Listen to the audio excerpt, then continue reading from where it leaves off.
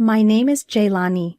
I live with my husband, Theodore. Together, we run a set meal restaurant. This restaurant, named Sunflower, is a place that my grandfather had lovingly maintained for years. It has many regulars from the local area and has been loved for a long time. However, my grandfather, who had always been energetic as the owner, was also battling cancer. I can't just sit around in a hospital room. I'll work at Sunflower until the end. Even as his condition worsened, my grandfather never complained. He kept serving delicious food with a smile on his face, chatting with regular customers. Today, surrounded by his family, he breathed his last breath. My grandfather named me, his granddaughter, his successor for the restaurant. Maybe he had realized his time was near. He left a detailed will, including instructions about the inheritance of the shop. Accepting my grandfather's will, I decided to become the owner of Sunflower.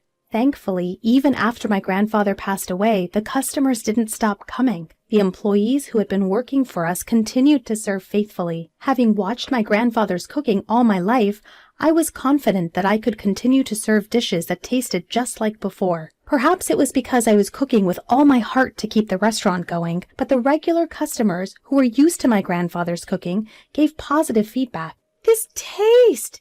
It's just like your granddad's. It feels like he's still here even though he's gone. The regulars were delighted that they could continue to enjoy my grandfather's flavors. Sunflower has been thriving just like when my grandfather was around, and I'm more motivated than ever. However, since my grandfather passed away, my husband has started to show dissatisfaction. Normally, a man would be the owner of a restaurant. I don't get why you inherited it. I'm his granddaughter. That's why. The restaurant is in my name, but we're running it together, so it doesn't really matter, does it? Well, I guess. My husband seemed to have wanted to be the owner and sometimes vented his frustrations, but I'm the one who mainly cooks. Since my grandfather's time, my husband has mainly been handling the cash register, deliveries, and shopping. An owner who can't cook doesn't quite fit the bill. I could have given in a little and not been so stubborn, but my grandfather had nominated me. Once nominated, I didn't want to disregard my grandfather's wishes. Jaylani,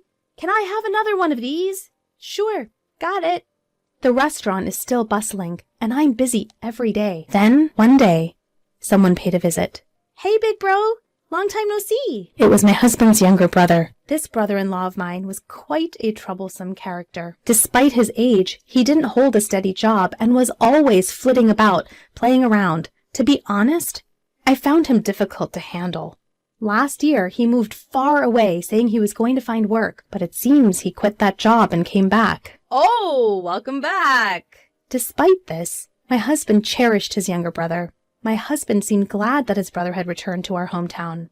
I heard the old man passed away. You took over the shop, right, bro? No, not me. No way! Your wife? Seriously?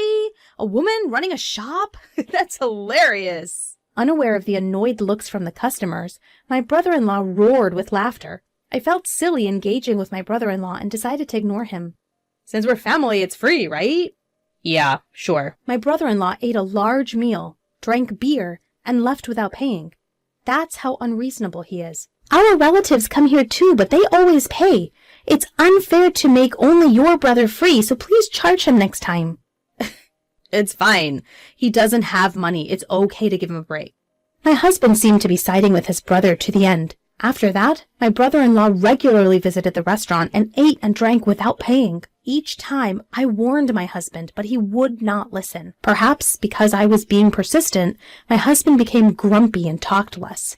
As our relationship worsened, my brother-in-law started coming to the restaurant more frequently. And each time he would whisper with my husband in the back of the kitchen. I'm sure they were bad-mouthing me. I tried not to mind their behavior and kept cooking.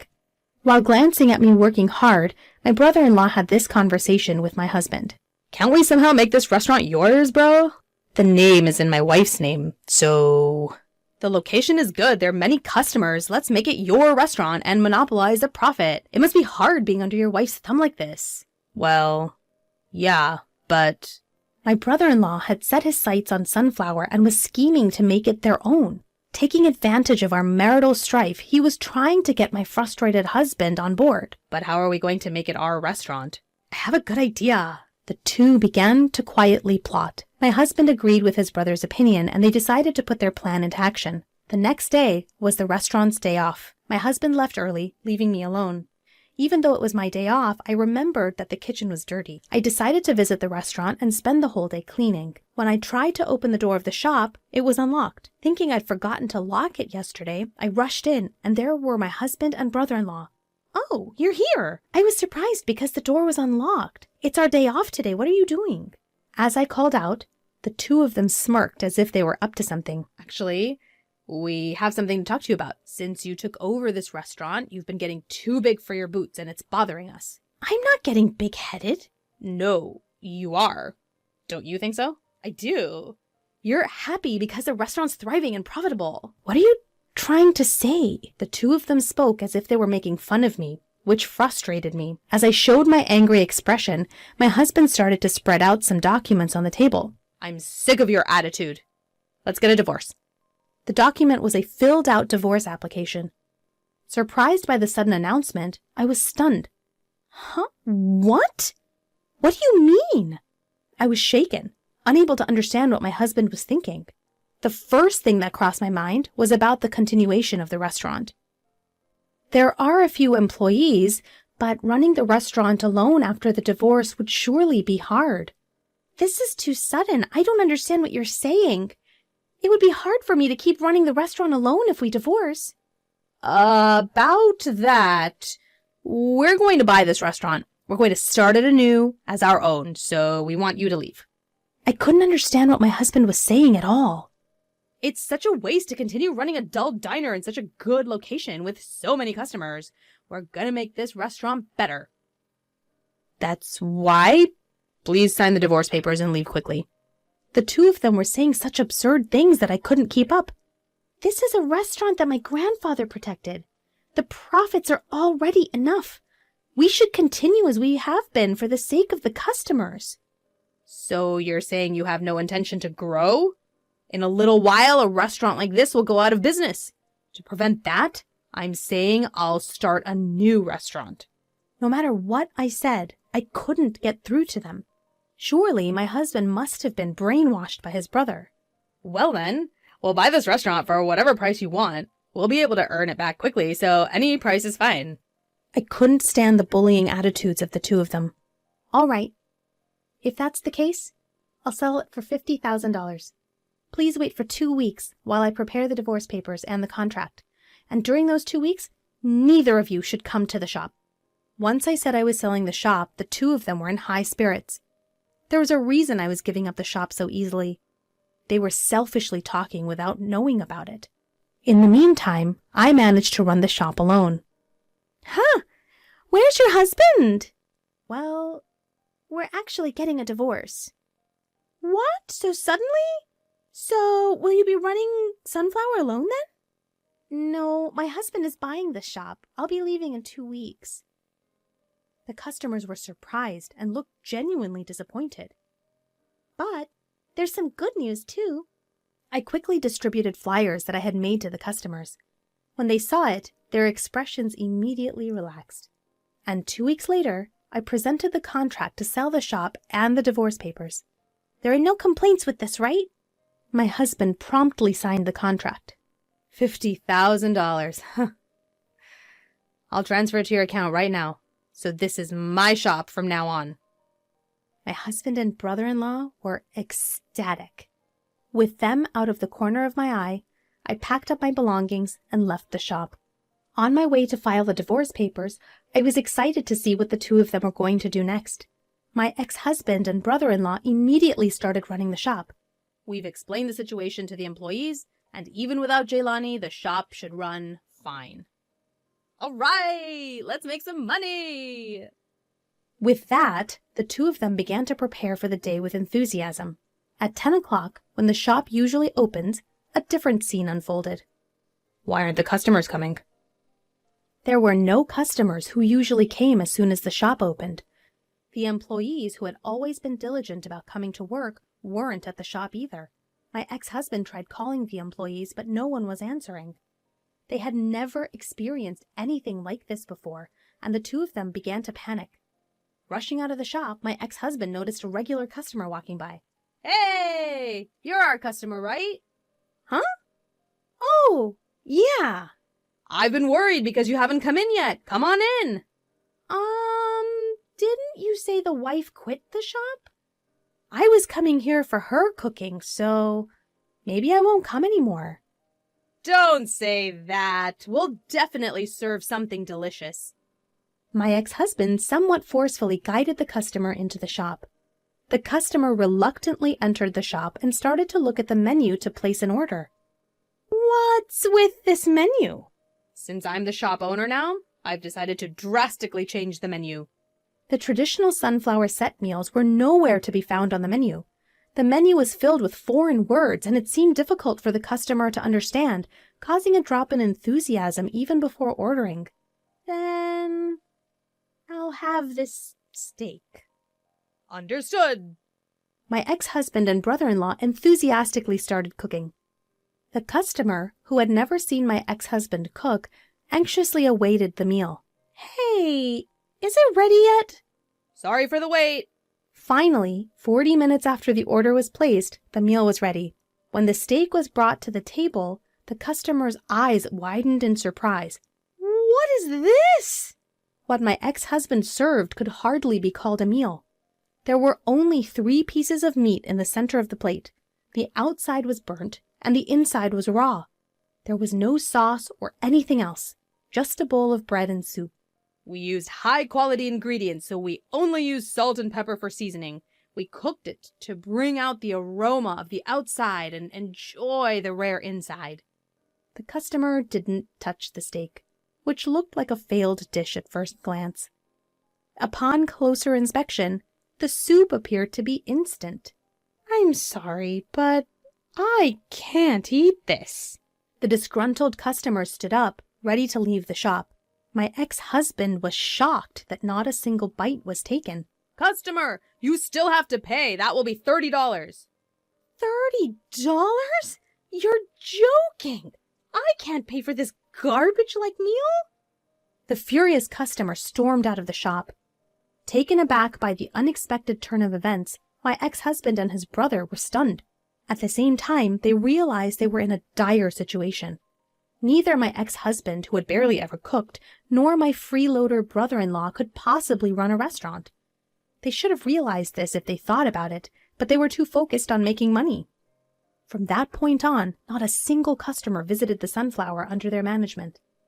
Meanwhile, I had started a new shop in a different location. It's Sunflower 2. The employees who had worked at the original Sunflower are also with me. This shop was also inherited from my grandfather. My grandfather had been concerned about the aging sunflower and its durability, so he had built a new shop in a different location. He wanted to announce the new shop once it was finished, but he passed away before the shop was completed. This shop was entrusted to me. I had not disclosed the existence of this new shop to my ex-husband. During the 2 weeks I handed over Sunflower, I advertised the new shop. Regular customers who wanted to eat my food all followed me. Thanks to that, the shop has been bustling since its opening day. We have enough margin to hire a few part-time workers. Since I have the $50,000 I received from my ex-husband, I can also add to the employees' salaries. Here, I began to offer my original dishes. To broaden our customer base, I came up with menus for younger people and even weaning food that small children could eat. This has attracted a lot of attention, and the number of families visiting has increased. While keeping my grandfather's flavors, I'm growing the shop to fit the times. The daily hustle gives me a sense of fulfillment. Meanwhile, my ex-husband and his brother were at a loss in the old Sunflower. They had borrowed a large amount of money to pay me $50,000, and now they are receiving demand letters. "What are we going to do about this?" "You're the one who suggested this, right? Figure it out!" The brother-in-law, whose predictions had gone awry, was holding his head in his hands. Then he had an idea. "I've got a great plan." Hatching a scheme, the two of them suddenly showed up at my bustling restaurant during the busy lunch hour. "Jaylani, please help us!" Despite the restaurant being packed with customers, the brother-in-law was shouting loudly. My brother hurt his arm and can't cook anymore. We'll give the old restaurant back. Could you return the money as well? You guys took over the old restaurant, remember? You signed the contract. You need to take responsibility and make it work. I brushed off the brother-in-law's plea and was about to return to my work when my ex-husband appeared from behind him, looking pained. Jaylani, help me. Thinking he was being overly dramatic, I was about to turn back to the kitchen when the restaurant became noisy. Whoa, what's that? That looks painful. Is he okay? When I looked towards my ex-husband, seeing the customer stirring, I was taken aback. His fist was covered in a large bruise. Are you really injured? That's what I've been saying. Then go to the hospital right now. I quickly called a taxi and sent my ex-husband to the hospital. During my lunch break, I went to the hospital to check on him. When I arrived, he was just coming out, apparently finished with his examination. As I tried to ask what had happened, the two of them avoided my gaze and hurriedly ran off. Feeling suspicious about their behavior, I decided to inquire at the hospital reception. I believe a man named Theodore was seen here earlier. Has his examination finished? I came to pick him up. Please wait a moment. I had them check on the status of his examination using his name. However, the receptionist was looking puzzled. There's no record of such a consultation. Perhaps he went to a different hospital? My ex-husband hadn't received an examination. Remembering the sight of the two running away, I felt they were hiding something. I quickly set off to pursue them. A few minutes of driving later, I spotted my ex-husband and brother-in-law walking. I immediately stopped the car, grabbed my ex-husband's arm, and called out to him. I knew it! Looking at the fist of the arm I grabbed, the bruise was completely gone. My ex-husband and brother-in-law tried to run, but I mustered all my strength to stop them. Seeing my furious expression, they quickly calmed down.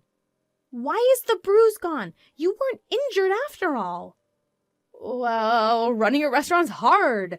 The old Sunflower hardly gets any customers, so we can't make money and can't pay back the debt. That's why I pretended I was injured and couldn't continue the restaurant to try to get the money back. I'm appalled. You were trying to deceive me with such a childish lie. I let go of the two. Don't involve me in your affairs from now on. You two figure out what to do with that restaurant. I got back in my car and returned to my restaurant. Through the mirror, I could see the two hanging their heads in shame, which made me feel pathetic. Afterwards, the two quickly put Sunflower up for sale. I think they made that decision to repay their debt, but due to the building's age, they struggled to find a buyer. They received a flood of debt collection letters and were working around the clock. This life suits them, having thrown away something precious due to their greed. As for me, my newly renovated restaurant is thriving even more than before, with sales doubling. One of my regular customers offered to apprentice with me, so now I have a disciple. I often remind him that running a restaurant is not as easy as my ex-husband thought. I want to continue to carry on my grandfather's restaurant for the foreseeable future.